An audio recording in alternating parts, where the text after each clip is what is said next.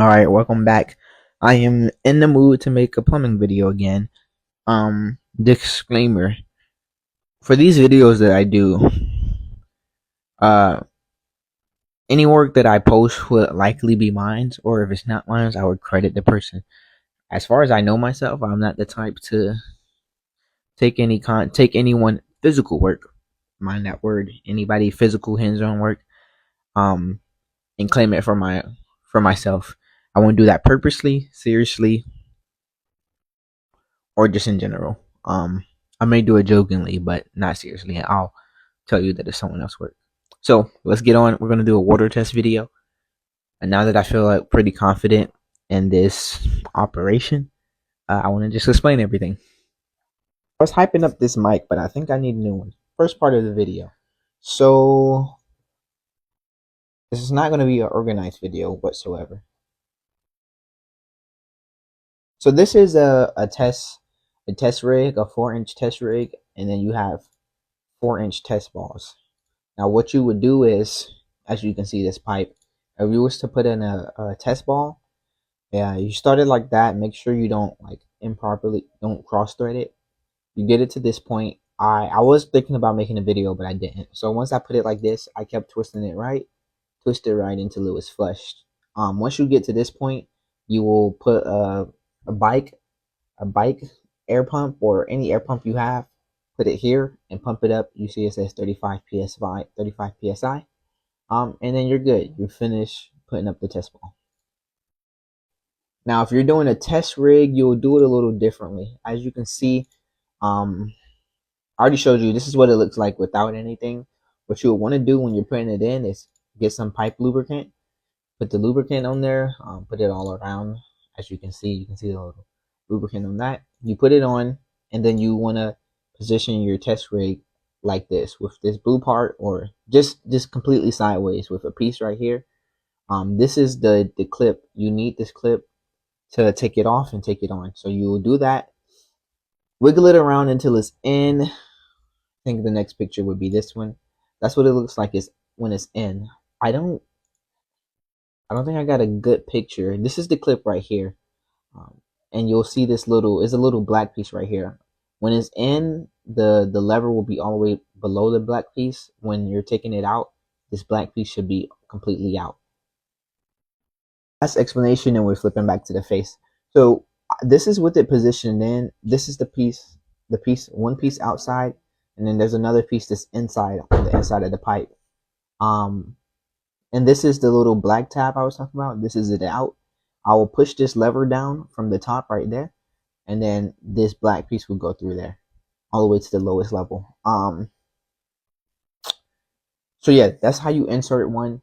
Now I'm going to explain draining and maybe a few other things, but it sounds rushed, but I think I did a great job. I think one other factor that I should explain, told by my boss man, is the lubricant is, of course, to help the pipe or the test lever go in, or test rig go in easier, but is also to make it last longer. It protects the rubber, keeps the rubber in good condition. And just a little note for when you hear me talk about draining and water testing. Water testing 35, just to reconfirm it. 35 is you put all the test balls and test rigs. 38, they're gonna run the water. You're checking 36 for leaks. You're checking 37 for leaks. 38, there may be a few issues, but you're not really. I guess you're testing 38 too. I don't really know how it works on the top floor, but you got 38, and then 35 is you're just making sure the plugs are good. You'll see later on. You'll learn. Before I do draining, we got to do testing. When you're testing, so 38, where you have your water hose at, you will put the water hose in, run the water through. We use a lever because it just makes it easy. Like if you need to quickly shut off the water, just flip the lever. You have one person up there running the water, one person below. The person below, or however you want to do it, how we do it, the person below goes up top and check 36, 37. This sounds weird, But you check 36, 37, and also 35. You got to make sure the ball is in properly and nothing else weird is happening. But check 36, 37 for a leak. I'm ex- all right, now for draining. That was all inserting the plugs. How we do it, I can't do any inside info, but how we do it on my site is, let's say floor 1 to 4. Floor 1, you will put all of those test rigs and test balls in, and you'll test floor. Ooh, let me give a better example. You'll put them on 30. Let's say you're on floor 35. You'll put the test balls on 35, and you'll be testing 36, 37, 38. And 38 will just have caps not glued in on. Uh, Now I think the new draining. I think I explained running the test well enough.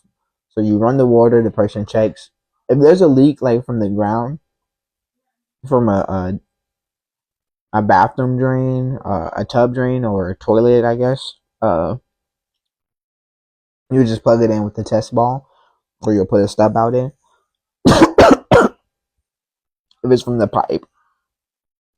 If it's from the pipe, I guess you can try to fix it yourself, depending on your site, or your foreman will get a journeyman to fix it. Now we're going to go to draining. Now, when you're draining, you can also drain if you need fix something. But when you're draining at the end, or when you're sure that there's no leak in the pipe, that lever that I was talking about, you'll press down on it, you'll pull it, you'll press down on it, you'll pull it up a little bit, let the water drain. What I would recommend doing is having a vacuum right there, just vacuum all the water up that's coming out. And if you get some on the ground, you can vacuum it up. You let the water out. When you have that piece, once it's all drained, have that black piece all the way out, and then on that lever, the top part I was showing you, hit it up, and then if you push it up against the wall of the pipe or just push it up into the air, the test lever should come out. Or you have to twist it side to side. For the test plug, you just you take the air out and then you twist it off. Bye bye.